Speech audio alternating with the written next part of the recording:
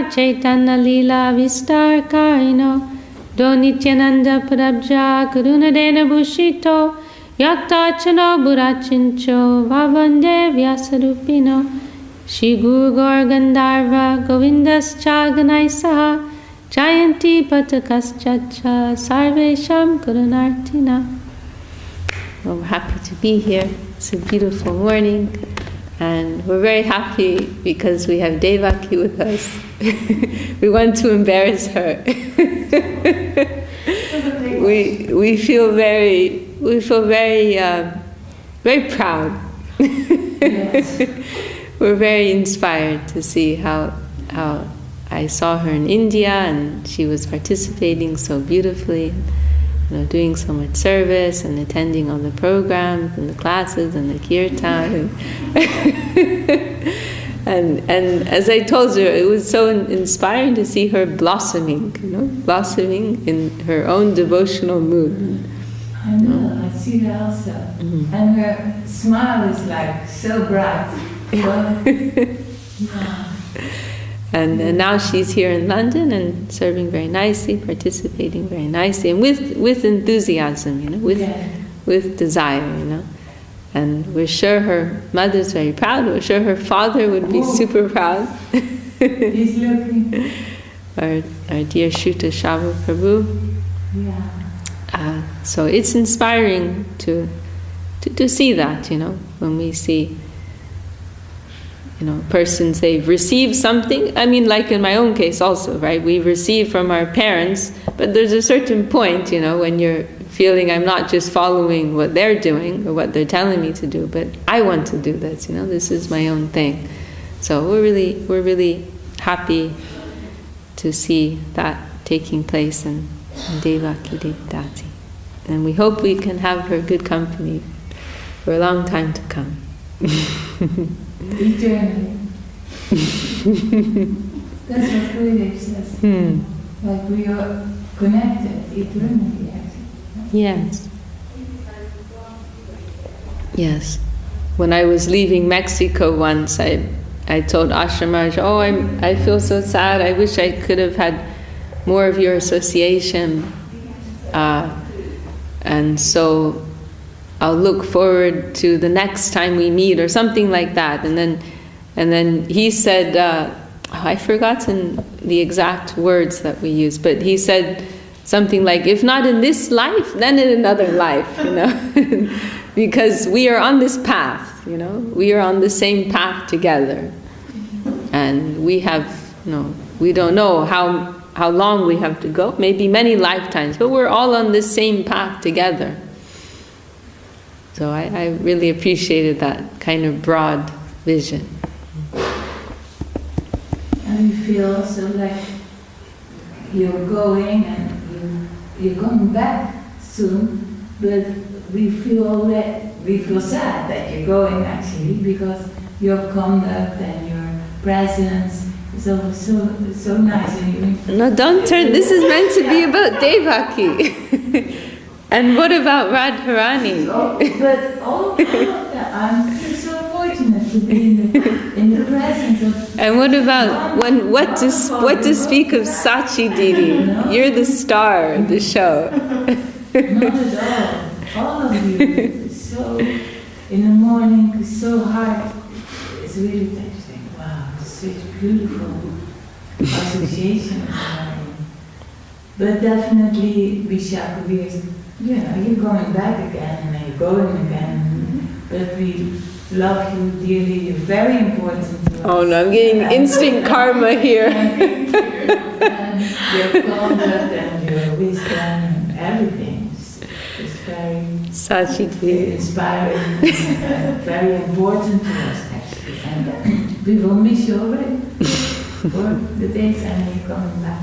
And other highly saintly devotees coming, but it's not that will take the place of somebody who's not there. I mean, everybody adds something, that special place. Ch.Ch Didi, I think you're like the most dignified person I know. You're so devotionally dignified, I wish. You set a very nice example for all of us. And also we have to mention Radharani, so young and coming to give 2 years here in service and very mature, you're 28, right? But her service mood is very mature. I mean, what 28-year-old would come to do something like this, It's a very beautiful example. And very sober mood, very steady mood. So we're also very inspired to have her company. Yeah, example. Yes, it's nice for a young person, a nice example for a young person. Yeah. You don't have to be old, to start your devotional life. Okay, we will. Before I get myself into more trouble, I better start. So we finished yesterday with this point that this is a very interesting point, that the natural progression of one who's practicing yoga in the conventional sense will bring them to the point of bhakti. So this is the development that we see in Bhagavad Gita, from karma yoga to jnana yoga to dhyana yoga and then to bhakti yoga. So a sincere person may enter one of those other yogas, and then they will automatically come to bhakti, because that will be the natural development. If one's heart is purified, then they will naturally be attracted to bhakti. So we finished on that point. Okay, and we'll continue. Cha shabde apirarta ihao ka hoy muni nirgranta shabder purvavadarta hoy. The meanings of the words cha and api can be applied here. The meanings of the words muni and nirgranta are the same as before. Urukrame ahaituki kahako narta ete arta kohilu parama samarta. The word ahaituki is always applicable to the Supreme Personality of Godhead, Urukrama. In this way I have described 13 complete meanings of the Atmarama verse. I'll read this. I'm not following this here very well, what this is meant by ahaitu. Ahaituki means without cause, without, mundane motivation, usually so I'm not sure how it's applying here. Anyhow, I'll read this purport. The 13 meanings of the Atmarama verse mentioned here are based on the following meanings for the word Atmarama. 1. Sadhaka, or the neophyte performer. 2. Brahmamoy, one absorbed in the thought of impersonal Brahman.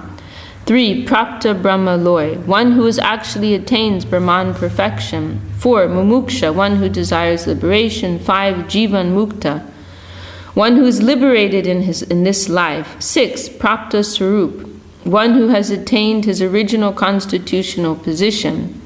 7. Nirgranta Muni, a completely liberated saint. Sagarbha Yoga Duduksha, a yogi meditating upon the four-handed Vishnu form and desiring yogic perfection. 9. Nigarbha Yoga Duduksha, one who is trying for perfection in impersonal meditation. 10. Sagarbha Yoga Rudha, one who has been elevated to the platform of yogic perfection by meditating on the Vishnu form. 11. Nigarbha Yoga Rudha, an impersonal yogi on the platform of perfection. 12. Sagarbha Prapta Siddhi, one who has attained the perfectional stage by meditating on the Vishnu form. 13. Nigarbha Prapta Siddhi, one who has attained perfection by practicing impersonal meditation. So you're following, maybe every little detail you're following, but the general context you understand. He's this Atmarama verse previously, it's a famous verse in Bhagavatam, and the way it's usually understood is that it's saying that persons who are Atmarama, who are, means in the most direct sense, persons who are liberated from the material world, who have no mundane desires, they are also attracted to Krishna. So the point is that Krishna Leela is not something mundane. It's not just that like ordinary low-class people of this world like Krishna, because Krishna also, is a little loose in his character. Yeah, I'll follow him. I'm going to go for that one. It's not only those people who are attracted to Krishna, but even liberated souls who have no mundane desires, they are attracted to Krishna Leela. So it proves the purity of Krishna Leela. Because many persons, they can respect Ramachandra, they can respect Vishnu, but they can't respect Krishna because his Leela looks so ordinary, right? So this verse is like a type of proof, that even persons who are already liberated from the material world, they are attracted to that. And there's different examples. Shukadev, who's the reciter of Bhagavatam, he was liberated, he was attracted to Krishna Leela, the four Kumaras and others. So that's the way this verse is, the most direct connotation of this verse. Atmaramas cha munayo nirgrantapi rukrame korvancha haitu kim bhaktim itambuta guno hadi. That even these Atmaramas, they are attracted by the wonderful qualities of Krishna. And so earlier in Chaitanya Charitamrita, at the beginning of the Madhya Lila, when Mahaprabhu meets with Sarvabhauma Bhattacharya, you know who Sarvabhauma is? Okay. She's joking. So Sarvabhauma, he has a discussion with Mahaprabhu, and Sarvabhauma mentions this Atmarama verse, and he gives he gives a few explanations of his own, and then he asks Mahaprabhu to comment, and then Mahaprabhu gives, I don't remember how many, 9 or 16 or 18. He gives 18, right? Then Mahaprabhu gives 18 explanations of this Atmarama verse, because Sanskrit is so broad, right? English is, I sometimes say it's a barbarian language, But Sanskrit, there's so many different meanings that can be applied to one word, Or you also see, there's many words to describe one thing. Like for the word mercy, there's kripa, karuna, what else? Doya. So those are 3 there, but there's so many. And for the word lotus flower, there's over 100 different words. And one of our devotees in Hungary, he's a Sanskrit professor, and he came up with over 100 words for lotus, There, we can think of a few. Kamala is one, Padma is another one, Aravinda is another one, there's so many words. So Sanskrit, it's a very highly developed and broad language. So also with words, with individual words, there's many different meanings that can be applied. And so this is a wonderful thing. It also is a little dangerous, because you see, for example, in Bhagavad Gita, how many different interpretations are available. People can apply whatever meaning they want, because there's so much scope for that. So Mahaprabhu, he gives these 18, in addition to the explanation Sarvabhauma gave, Mahaprabhu gave an additional 18 meanings, because with each word has, say, 20 different meanings, and then you combine all these different meanings together in different permutations, and you can come up with so many different, explanations. So Mahaprabhu, he gave an additional 18, and Sarvabhauma was astonished, wow, this is amazing. And then later, Mahaprabhu meets with Sanatana Goswami, And Mahaprabhu spends 2 months instructing Sanatana Goswami in the teachings of devotion.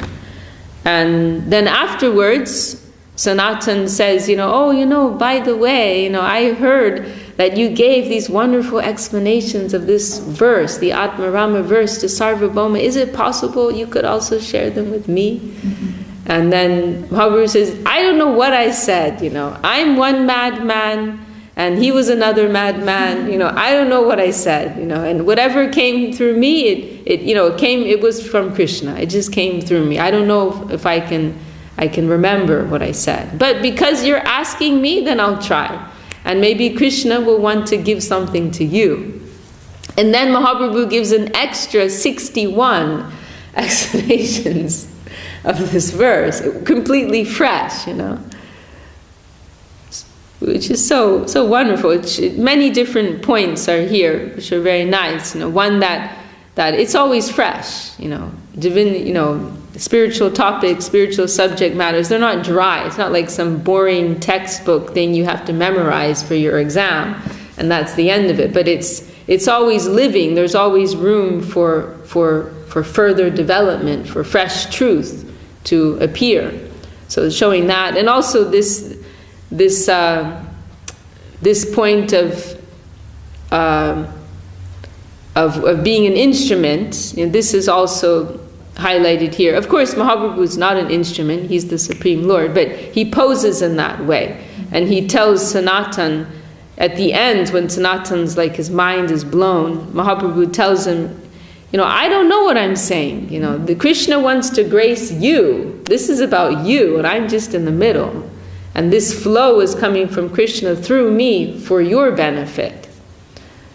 So this is a very nice point of how we will conceive of ourselves if we're in a position of sharing with others. That we're just praying to be instruments. That actually, what will come out of us, it's in response to the need of the audience that is there.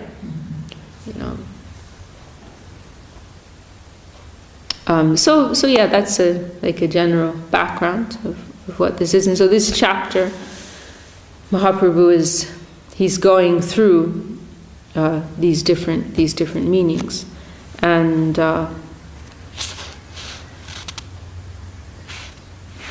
yeah. Okay, so I can continue. And I mean, there are some very technical parts here, so we do get a little lost sometimes, like grammatical stuff. But anyhow, we're honoring the text.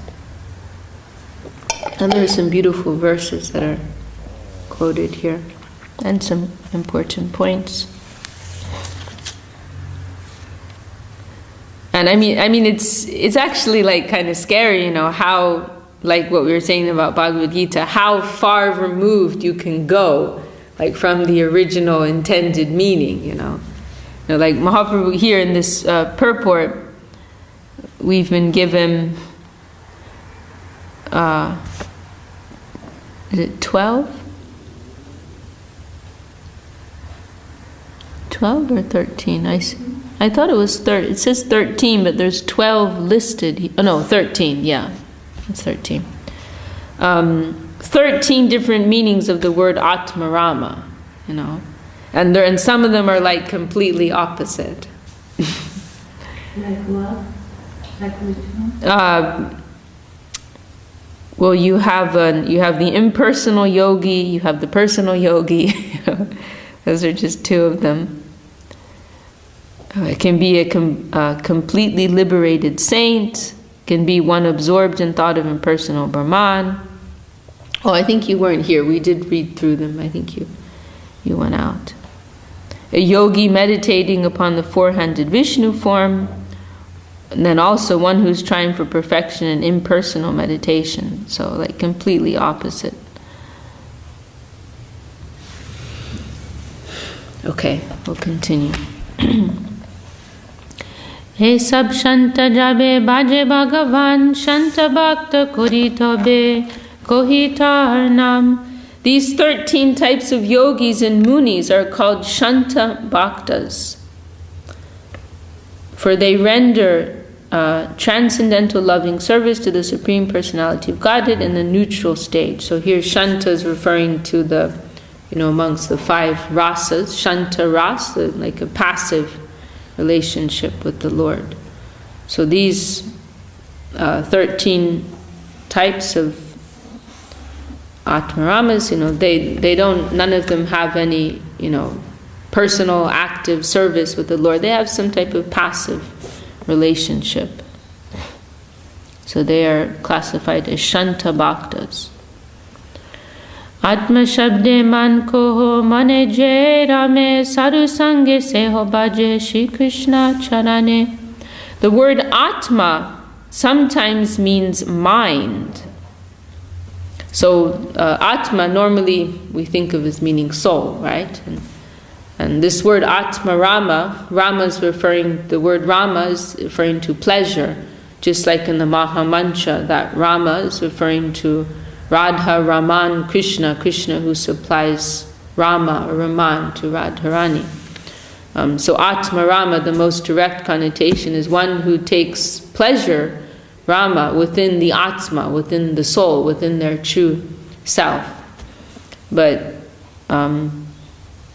But the word Atma has many other meanings. It can mean other things. And earlier on, there was a whole list of. It can mean the body, even. Things can go pretty off course here. So here we're being told the word Atma sometimes means the mind. In this case, the word Atmarama means a person who is satisfied by mental speculation. So one who takes pleasure in the mind.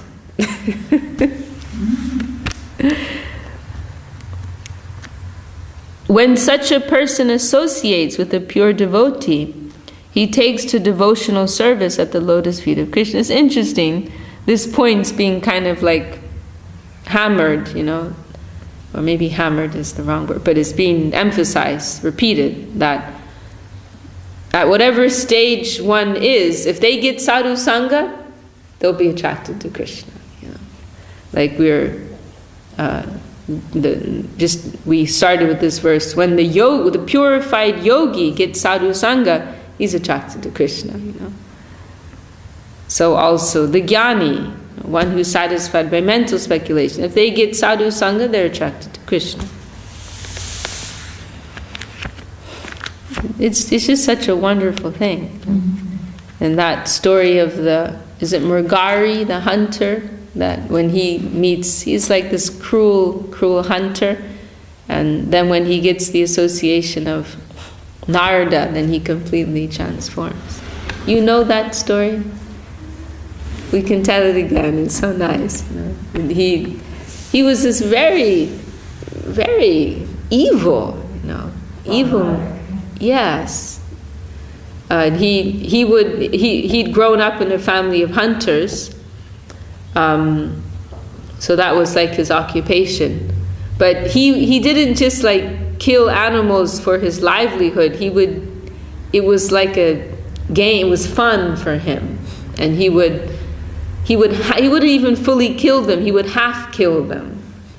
He would shoot them in such a way so that it took a long time for them to die. It was like torture, and he would get a thrill out of that,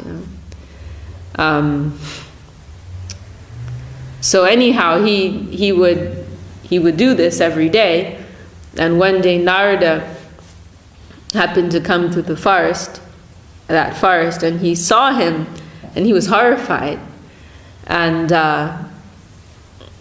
then Narada, in his walking, he startled some of the creatures that this hunter was aiming at, and so they ran away. And then the hunter, he became kind of annoyed, like you scared off my prey. But anyway, he was polite, and he went over to Narada, and he was respectful. He's obviously a sadhu, and what can I do for you? And Narada, he said, I have one request of you. Kill the animals completely. Which is, I really appreciate this example, because he didn't tell him like stop killing animals altogether. That would be too much of a jump. So, in the same way, if we're trying to encourage people to live a better life, you can't just immediately go to the conclusion, give up everything and surrender to Krishna. And they're just they won't listen to you at all. But if you give like something achievable, like something that they can relate to from their current position, then they may accept that. So Narada said, my request of you is, don't half kill the animals, but just completely kill them so they don't have to suffer so much. And so the hunter, he was thinking about this, and like, why do you say this? What's the reason for that? And then Narada explained, you're gonna have to face much heavier karmic reactions for treating the animals like this, and if you were just to just kill them outright, because you're causing them so much pain. You're gonna have to pay for that in future lives. So minimize your karmic reaction, and just kill them like straight up, And so in the course of this discussion, the hunter, he's thinking, I've done this to so many animals. What kind of reaction is going to be waiting for me after death? And so he was very sobered, and then he asked Narada for some further instruction. Then he wanted to know more, and he was expressing his fear. I'm going to have to suffer so much. And then he, in a more of an open heart, he asks Narada, what's the best thing for me to do? If I really want to make some real progress. And then Narada just tells him like straight, and he tells him to completely give up hunting and just stay there in the forest, live very simply, take shelter of the Lord. And he tells him, don't worry, some of the surrounding householders, they'll come and supply you with the food that you need. You don't have to think about that. And so the hunter, he takes this to heart, and he completely changes his lifestyle, and the surrounding villagers, they're so astonished to see this transformation that they're so happy to come and bring him food every day. It's like like this evil sadistic hunter who became a saint. So he has like more food than he could ever need. And then some time goes by, and then maybe 1 year or something, and Narada, he was in that area with Parvat Muni, one of his friends, and Narada said, I have one disciple here, let's go and visit him. And so they go towards his residence, and this hunter, he sees his guru, right, from a distance, and so he jumps up and he goes running towards him, but he's like running in this very awkward fashion, like jumping here and jumping there in this very funny way, and Parvat Muni he's puzzled, like, why is he walking like that, And Narada said, because he doesn't want to step on the ants that are crawling on the ground.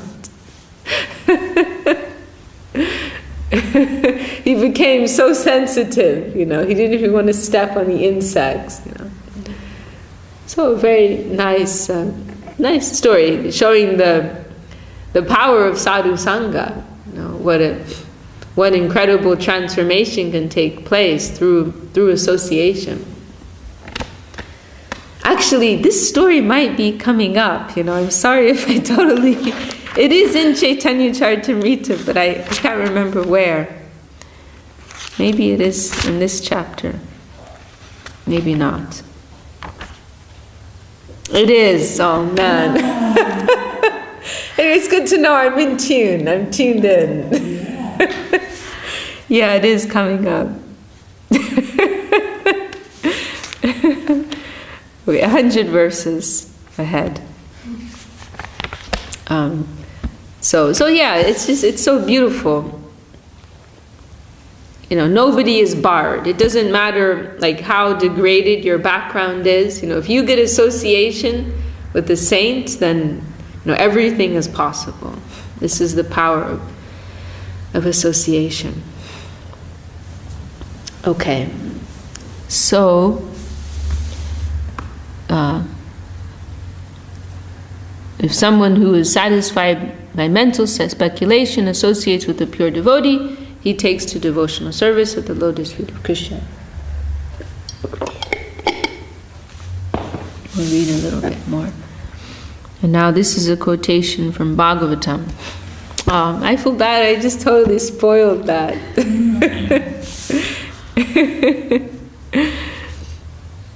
Udaram upasate yadi shivartmasu korpa drisha parisara padatim hridayam arunayo daharam tata udagar ananta tavadama shira paramam punar iha yat sametyana patanti kritanta mukhe.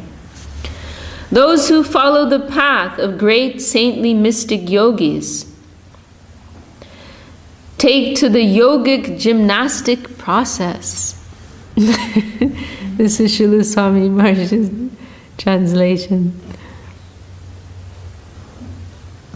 What does he mean by gymnastic? I'm not sure. Maybe he's kind of just poking fun at the yogis, something like that. I don't see it in the word for word.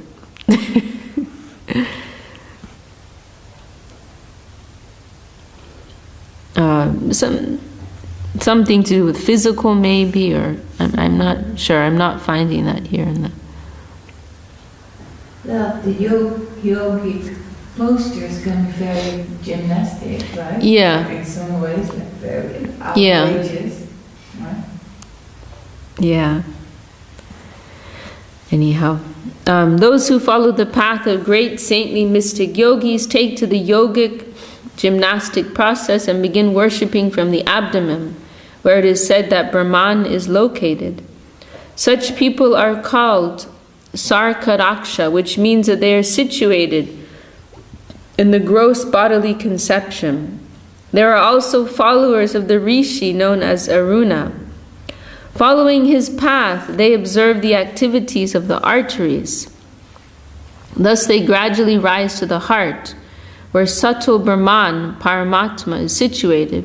They then worship him. O unlimited Ananta, better than these persons are the mystic yogis who worship you from the top of their heads. Beginning with the abdomen and proceeding through the heart, they reach the top of the head and pass through the Brahma Randra, the hole at the top of the skull. Thus these yogis attain the perfectional platform and do not enter the cycle of birth and death again. Eho Krishna Guna Krishna Mahamuni Hoya Haituki Bhakti Kode Nirgranta Hoya. Being attracted by the transcendental qualities of Krishna, such yogis become great saints. At that time, not being hampered by the yogic process, they engage in unalloyed devotional service. This is very nice. Hampered by the yogic process. What did you say? Hampered. Yeah, not being hampered. Yeah. Because ultimately it's an obstacle. So even they are attracted to Krishna. They will give it all up.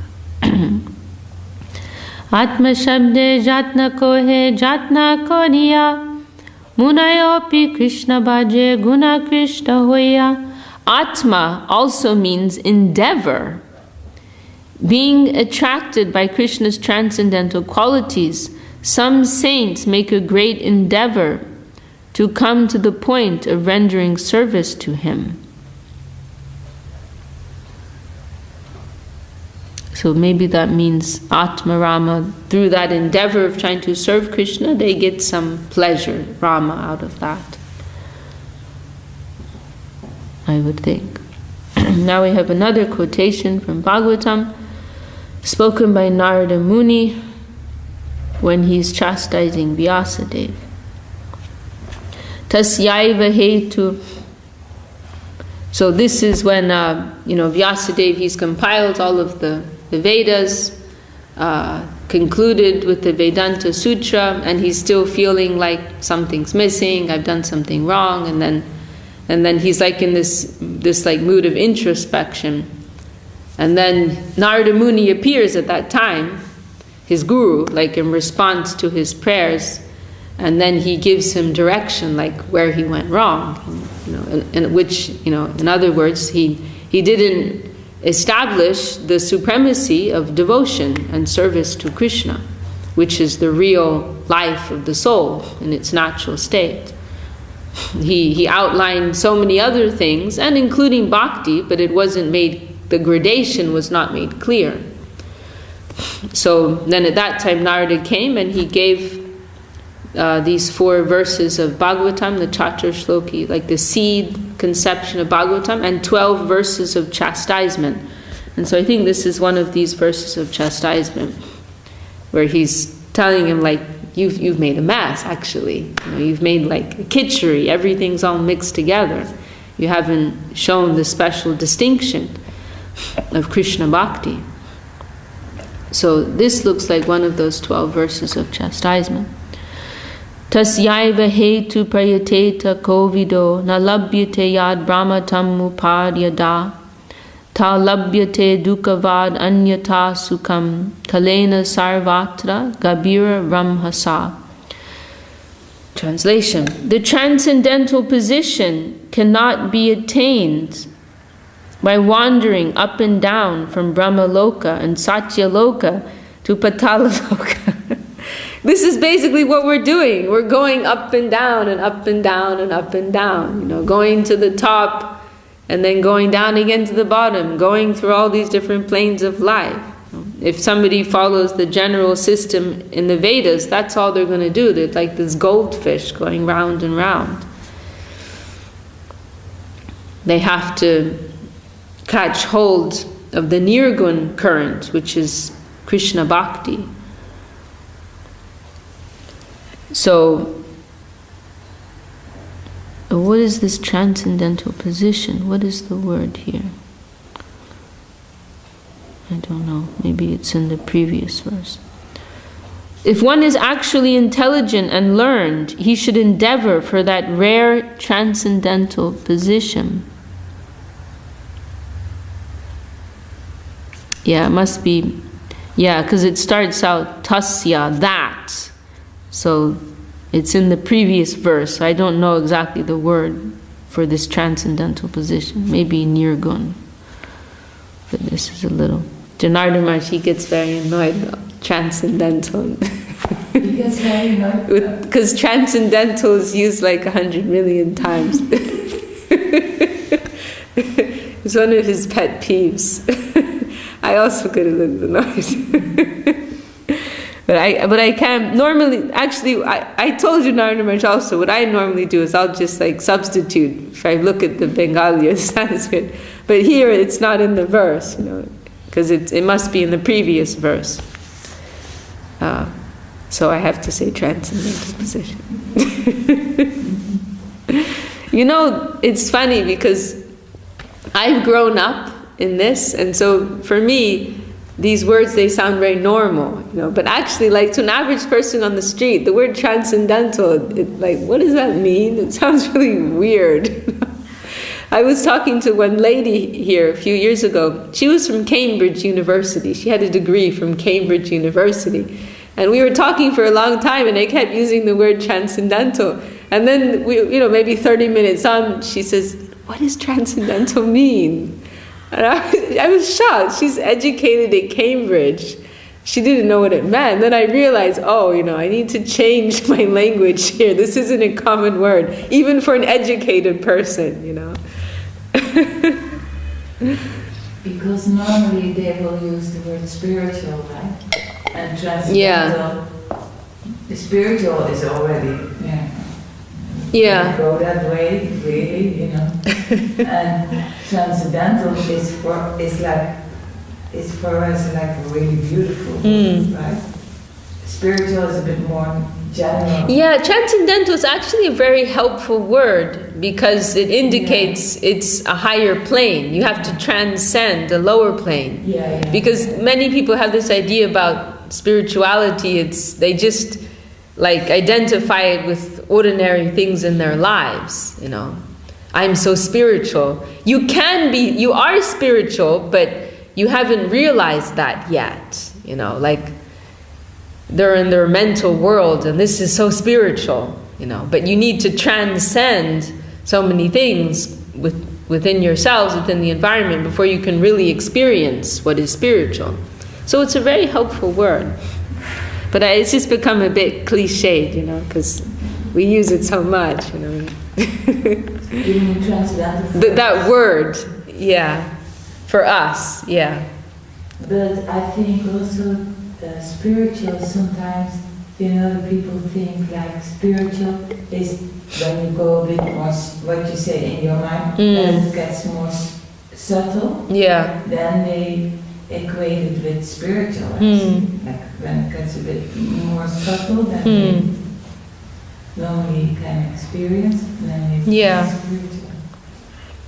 Well, it says actually. No, I mean, I appreciate what Srila Swami Maharaj is doing, but, you know, like at that time, you know, like also it's interesting, like the word bhakti, he will never translate as devotion, never. He always says devotional service. Every single time. You won't find him just say, he doesn't say devotion. So, I mean, again, you see, just like transcendental, you see devotional service again and again and again. And he's making an important point there, that devotion is not some vague mental thing, but real devotion will be expressed as service, right? So it's a very important point. But again, you know, I get a little annoyed because you hear it's because we understand it, and it's nice to. You know, I mean, it's just once that point, for us, it's a little different, you know, like that point's been made very clear. And we're happily, you know, this was being presented to people who didn't know anything, right? They were starting out like with no idea of what this is about. But for persons like ourselves, you know, we've been schooled like pretty heavily by our gurus, Gurudev and Srila Sridhar Maharaj, how we will really practice devotion. It means seva. You know, if you ask any member of Ch.Ch. Saraswat Math, what is the main essence of what you're doing? Seva, right? And everybody knows that. It's all about seva. So, you know, we're coming from a slightly different place, you know. But anyway, I better be quiet.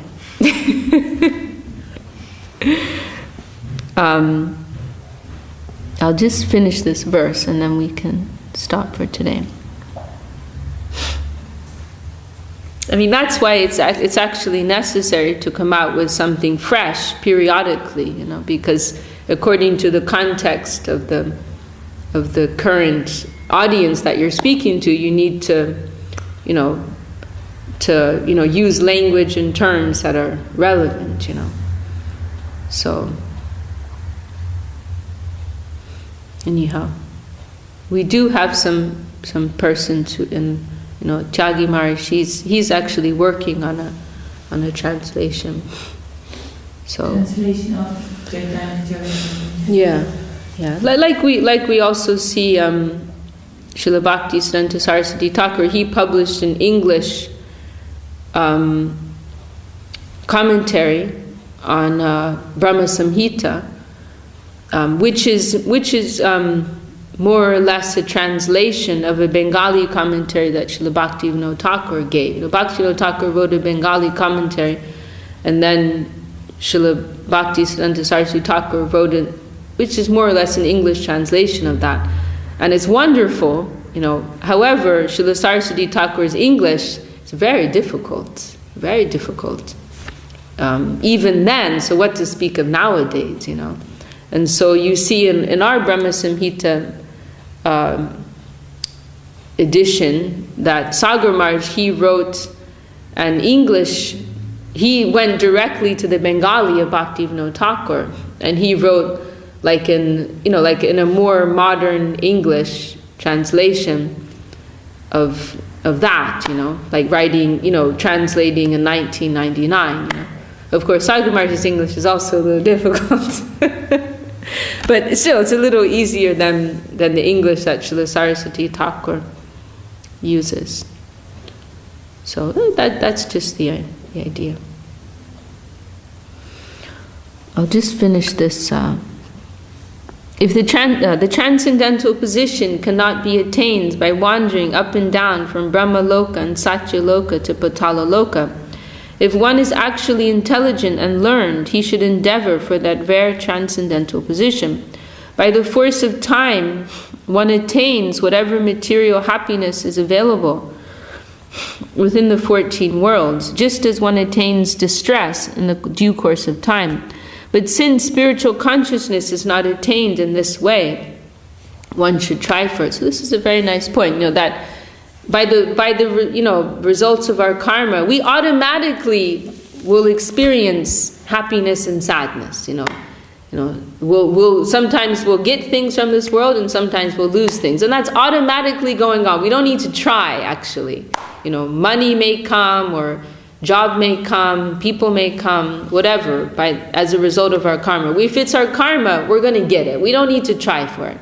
So why should you put all your energy into something that's going to come to you anyway? Rather, use your energy for spiritual culture. That's something that you. Let me see how it's been expressed nicely here. Right. So spiritual consciousness is not attained in this way. It's not that we're going to get that automatically in the way that we'll get things of this world. So therefore, we should endeavor for that. Oh, I see. This is the connection here, because Atma, one meaning of Atma is endeavor. So here it's saying that our endeavor should be for spiritual culture. We should not endeavor for material things, which are automatically coming and going, but we should endeavor for our spiritual progress. Okay. Jai Shri Chaitanya Charitamrita ki Jai, Shri Krishna's Kaviraj Goswami ki Jai. Do you want to sing?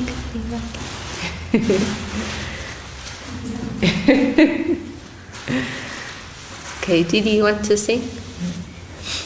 Hari Haraya Nama Krishna Yadavaya Nama. Hari Haraya Nama Krishna Yadavaya Namaha.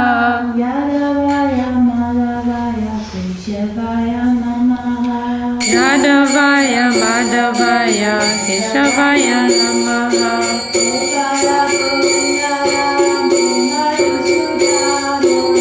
Gopal Govindaram Shri Madhusudana.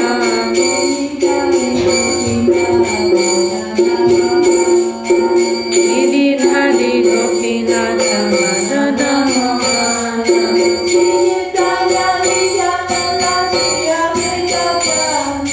Shri Chaitanya Nityananda Shri Advaita Chandra.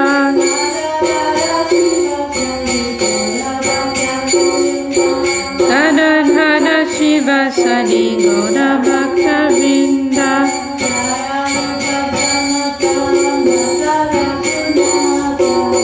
Jaya Rupa Sanatan Bhatta Raghunatha.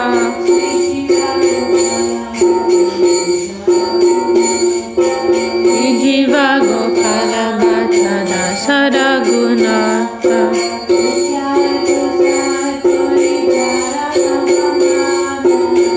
Jai Gosai Kodi Charana Bandana.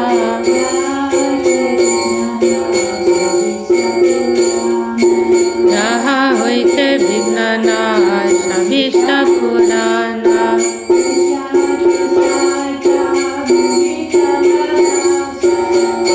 Jai Gosai Jai Bhuita Dadasa.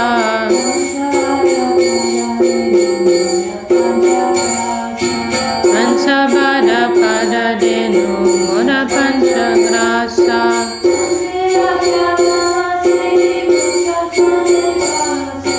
Bhajana Charana Sebi Bhakta Sanibasa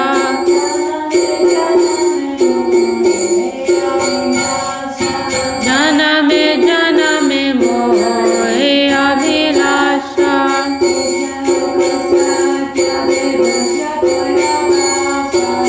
Vijay Gosai Jage Braja Kulamasa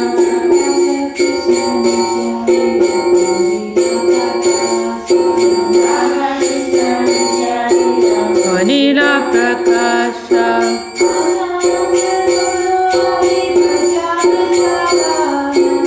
Anande Manohari Vanja Vindavana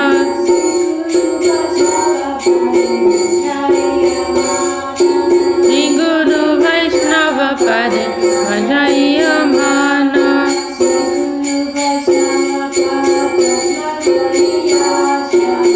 Sri Guru Vaishnava Pad Padma Kodiyasha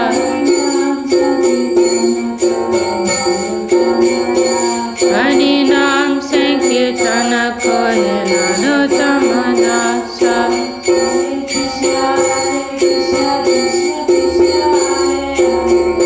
Krishna Hare Krishna Krishna Krishna Hare Hare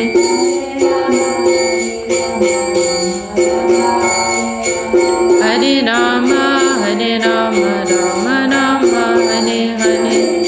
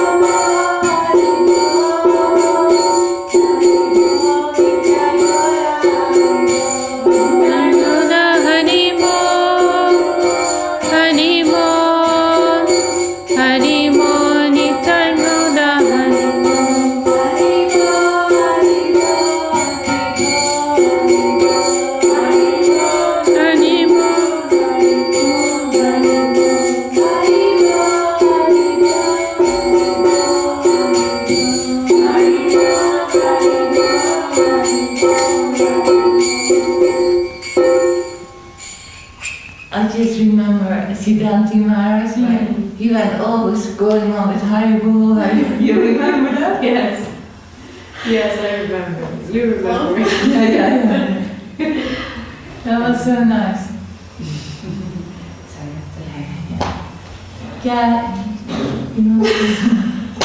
Jaya Sabai Jai Sisi Guru Kuranga Radhikir Jai Juki Jai Vishnu Srila Bhakti Nirmala Jai Maharaj Ki Jai Sri Chaitanya Saraswati Jai Vinda Ki Jai Srila Bhakti Suna Govinda Dev Goswami Maharaj Ki Jai Srila Bhakti Rapak Srila Dev Goswami Maharaj Ki Jai Om Vishnupad Srila Bhakti Siddhanta Saraswati Thakur ki Jai Om Vishnupad Srila Guru Kishore Bhavaji Maharaj ki Jai Om Vishnupad Srila Sachidananda Bhakti Vinod Thakur ki Jai Om Vishnupad Vaishnava Sarvabhauma Srila Jagannath Das Bhavaji Maharaj ki Jai Sriyukta Nupakuvaka ki Jai Namacharya Srila Haridas Thakur ki Jai Anantakoti Vaishnava Vrinda ki Jai Sabhashara Sima Madhya ki Jai Sri Sri Radha Krishna Gopinath Shama Kunjara